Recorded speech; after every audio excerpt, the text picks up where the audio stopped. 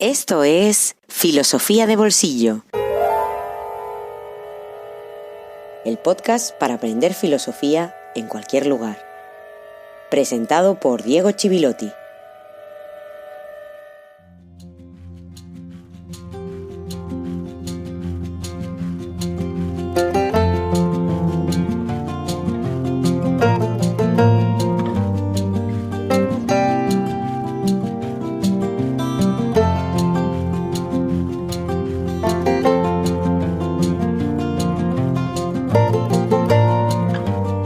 Buenos días, tardes o noches y feliz jueves filosófico número 80.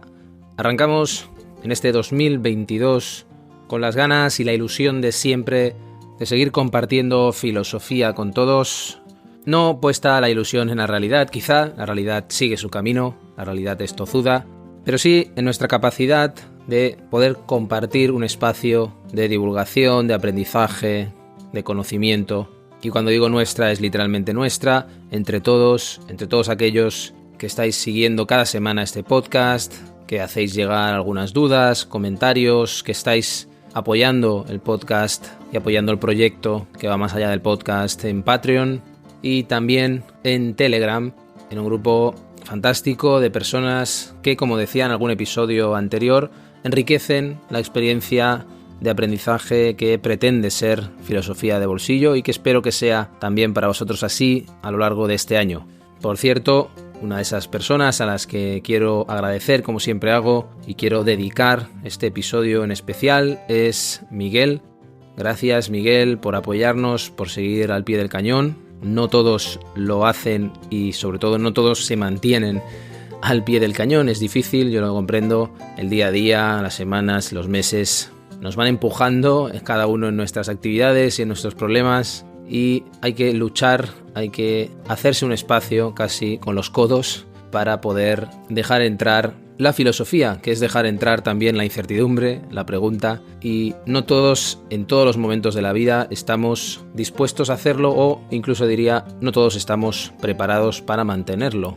En esto me incluyo yo también. Así que muchas gracias a los que estáis siguiendo adelante sin desfallecer, con ganas de seguir aprendiendo. Por supuesto, lo vamos a seguir haciendo de la mano de Immanuel Kant.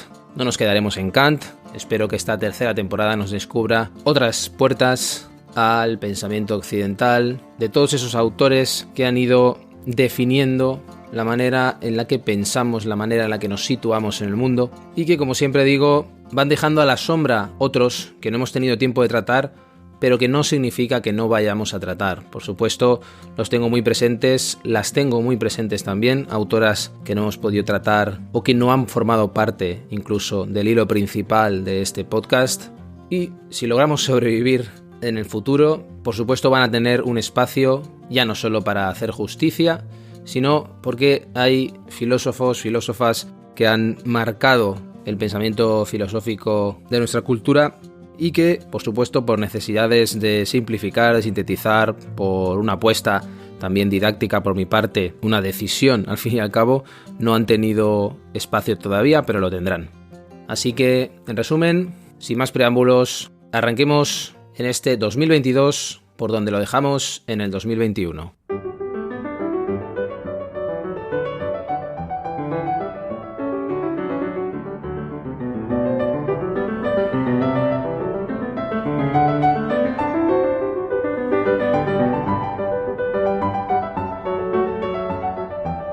El último episodio, el episodio 79 de Filosofía de Bolsillo, fue un episodio dedicado a hablar de algunos conceptos fundamentales en el pensamiento de Kant.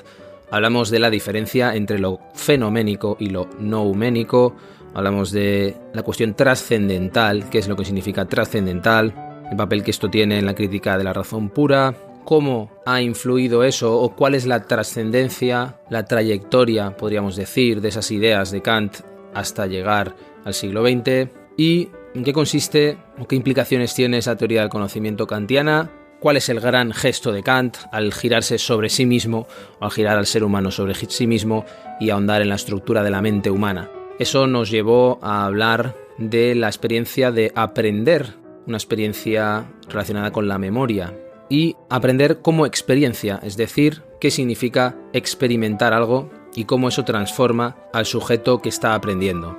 En este punto es donde me gustaría hacer un paréntesis que nos permita entender algo más las implicaciones de todo esto más allá de Kant.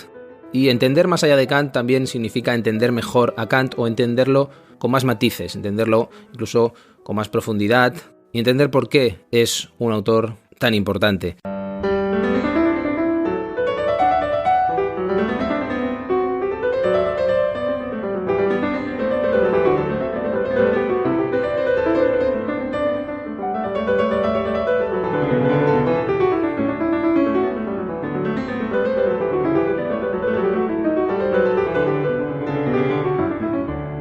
Hecho este paréntesis, vamos a volver por un momento a Kant y vamos a hablar de la experiencia y el conocimiento, es decir, vamos a hablar del idealismo trascendental, esa expresión que puede hacer desmayar a más de uno, pero que cuando se comienza a analizar se ve que tampoco es para tanto.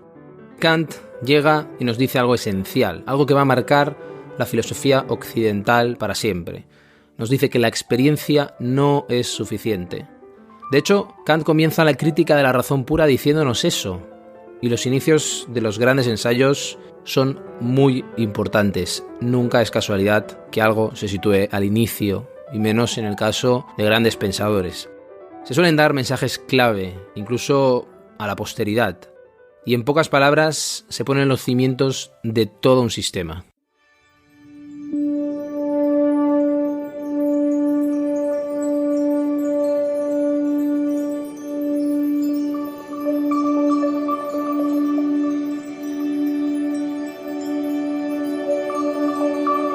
No hay duda alguna de que todo nuestro conocimiento comienza con la experiencia, pues ¿cómo podría ser despertada a actuar la facultad de conocer, sino mediante objetos que afectan a nuestros sentidos y que ora producen por sí mismos representaciones, ora ponen en movimiento la capacidad del entendimiento para comparar estas representaciones, para enlazarlas o separarlas, y para elaborar de este modo la materia bruta de las impresiones sensibles, con vistas a un conocimiento de los objetos, denominado experiencia? Por consiguiente, en el orden temporal, ningún conocimiento precede a la experiencia, y todo conocimiento comienza con ella. Pero, aunque todo nuestro conocimiento empiece con la experiencia, no por eso procede todo él de la experiencia. Immanuel Kant, Crítica de la razón pura.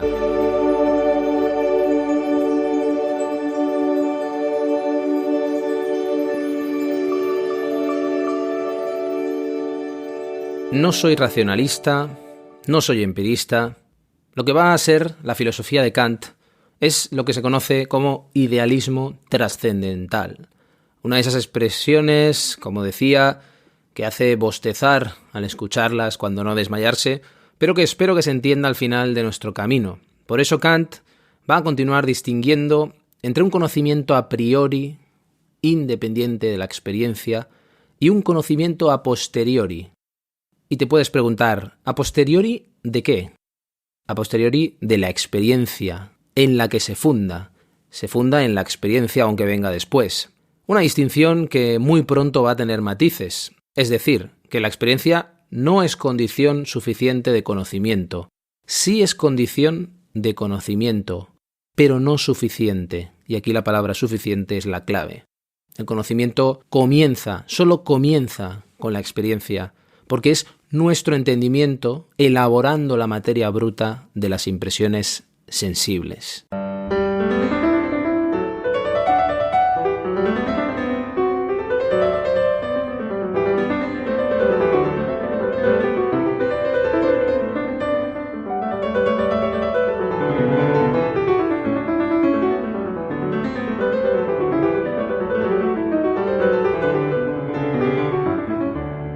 Para entender mejor cada una de estas tres facultades del conocimiento, necesitamos primero entender otra distinción que hace Kant, que como ya he explicado, avanza definiendo, clasificando, y si no entendemos esas clasificaciones, nos perdemos.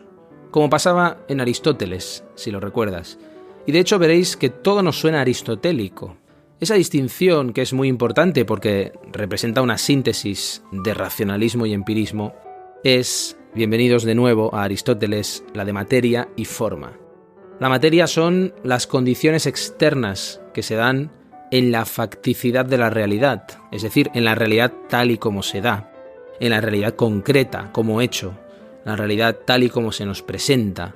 Fíjate que todos los matices que hago es mostrar la realidad como una materia bruta, y la forma es el orden en el que las percepciones se colocan, en el que las percepciones se inscriben y clasifican, haciendo posible la forma y a la vez determinando el modo en el que las recibo constantemente.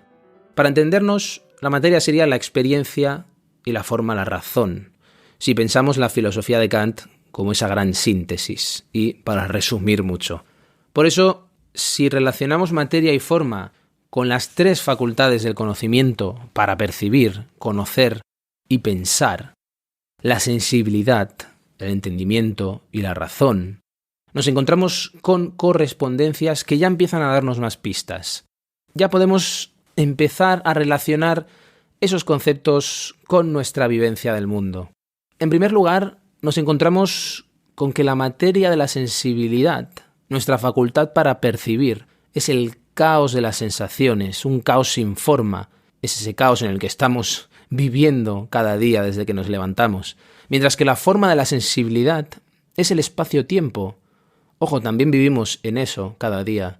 En el espacio-tiempo, en esa forma espacio-temporal, percibes todo lo que te rodea. Incluso podríamos decir que el espacio-tiempo es la forma humana de conocer las cosas.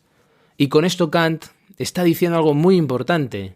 Está diciendo que el pensamiento tiene una estructura cognitiva inherente, una estructura a priori en el sujeto, que es ese espacio-tiempo, fuera de la cual no hay sensaciones.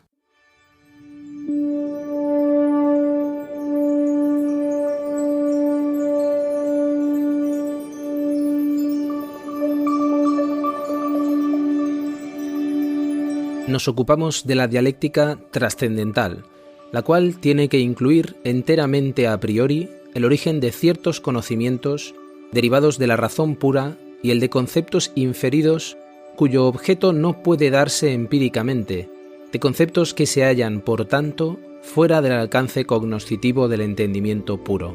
Todos los conceptos puros tienen que ver con la unidad sintética de las representaciones, pero los conceptos de la razón pura, las ideas trascendentales, tienen que ver con la unidad sintética incondicionada de todas las condiciones.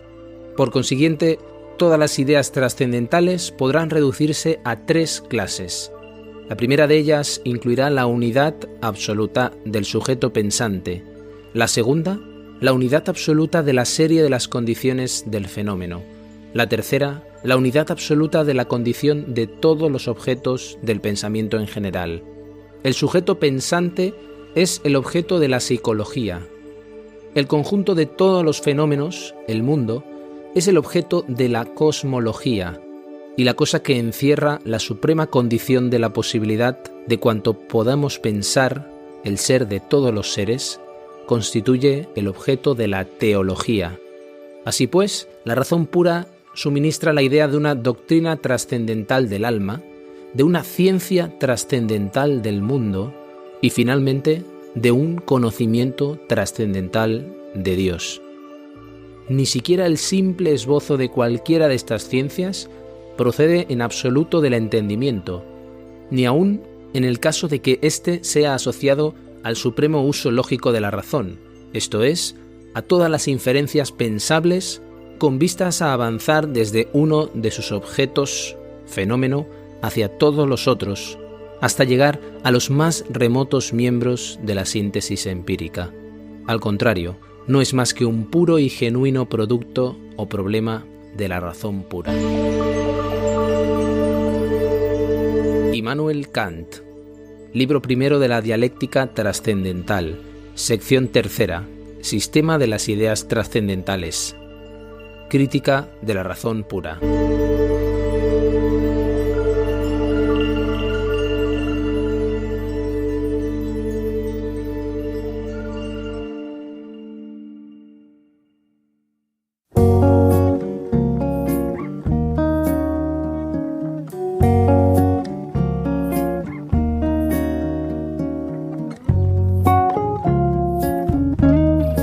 Un libro en el bolsillo.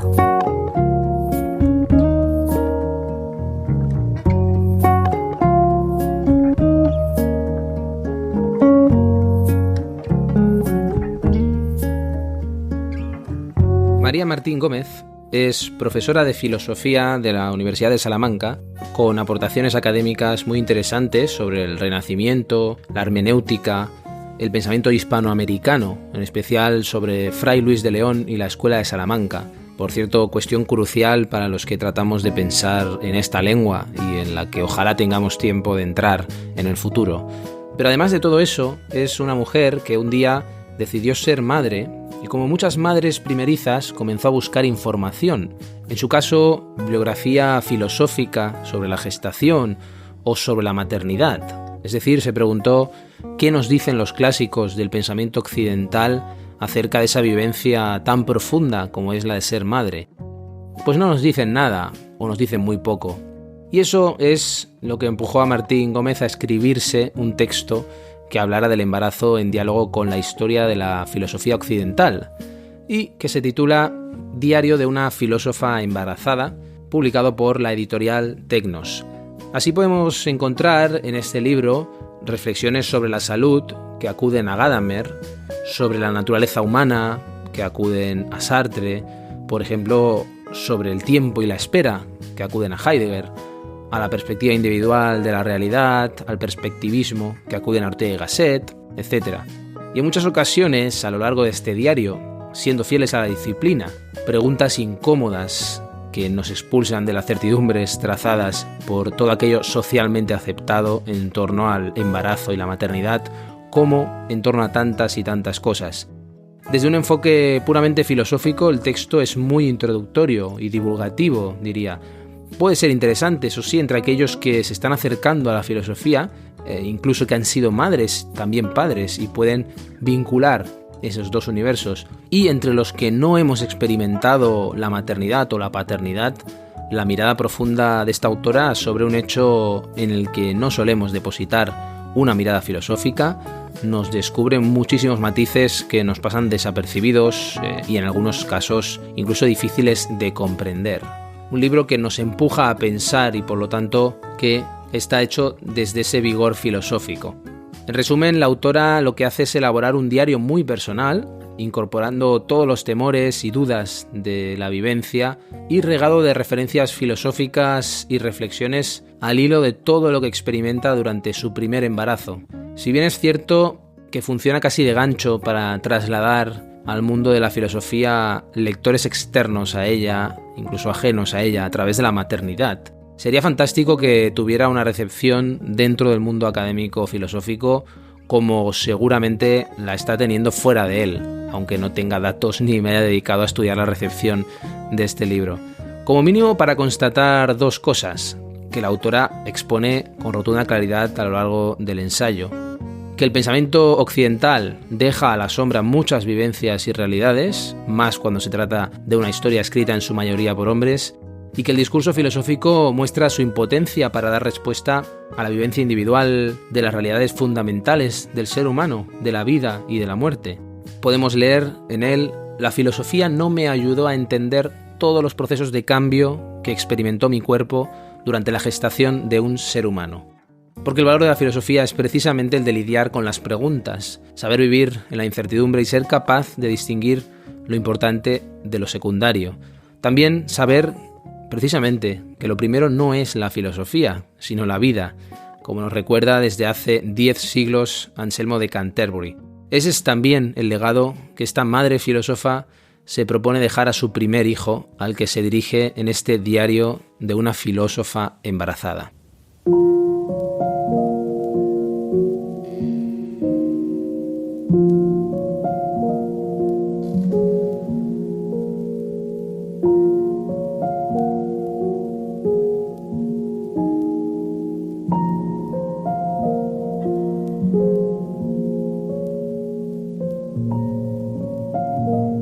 Séneca aconseja a su madre que ante el dolor se vuelque en el estudio de las ciencias. Vuelve a ellas ahora y te darán seguridad, consuelo y alegría. Si verdaderamente han penetrado en tu alma, jamás tendrá cabida en ella el dolor, la inquietud, el tormento inútil de vana aflicción. Necesario es que muestres igual valor, sustraigas tu ánimo al dolor y obres de modo que nadie te suponga arrepentida de tu maternidad. Y así lo hice. Me volqué en la ciencia, en mi caso en la filosofía, para no mostrarme arrepentida, pero confieso ya que ésta me defraudó. Siendo la vida, la gestación, el nacimiento y el origen un aspecto tan importante para la filosofía, me sorprendió no encontrar ni un solo ensayo que tratara el tema en profundidad. Qué cansinos han sido los filósofos hablando solo de la muerte, y cuando han tratado el tema de la vida lo han hecho de forma superficial, con conceptos como el instinto de supervivencia, la voluntad de poder o el origen del universo. Por eso me resultó muy difícil conseguir información sobre el embarazo o la gestación desde el punto de vista filosófico.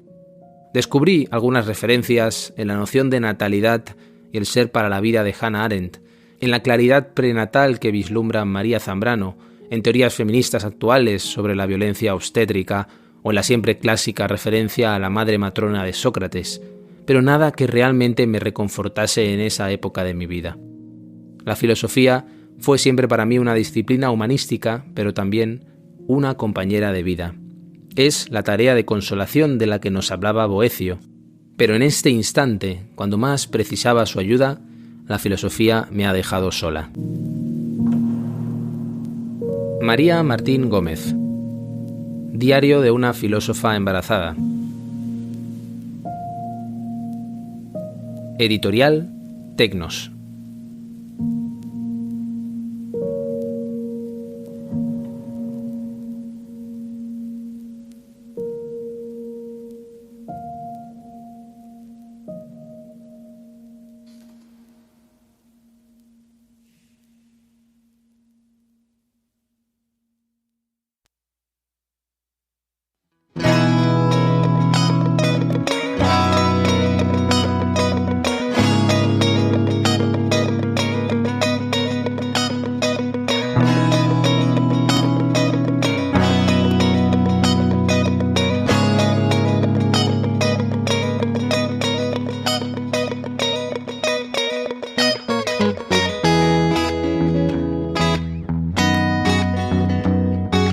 Filosofía de Bolsillo existe gracias a ti.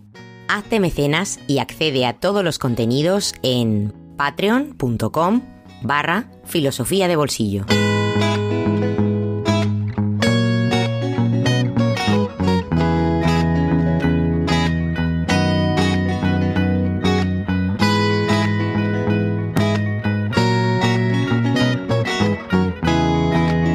Termina este Jueves Filosófico número 80 dedicado a Miguel, que está apoyando Filosofía de Bolsillo y haciendo posible episodios como este, episodios con una cierta densidad conceptual, pero como decía en los episodios anteriores, nos estábamos acercando ya a esa zona de tormentas, que al mismo tiempo es una zona muy interesante, porque nos va a permitir entrar en los aspectos fundamentales del pensamiento kantiano y espero también que nos permita acercarnos a los textos de Kant con más armas y también acercarnos a todo lo que ha sucedido después con un conocimiento más riguroso, que es el que nos proporciona conocer cómo se han ido construyendo esos conceptos y cómo se ha ido dialogando con obras tan influyentes como ha sido la crítica de la razón pura para la cultura occidental.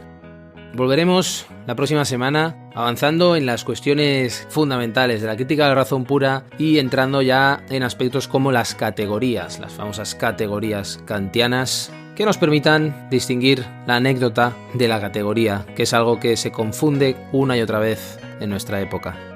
Nada más, te espero como siempre, como cada jueves filosófico aquí en Filosofía de Bolsillo. Hasta muy pronto.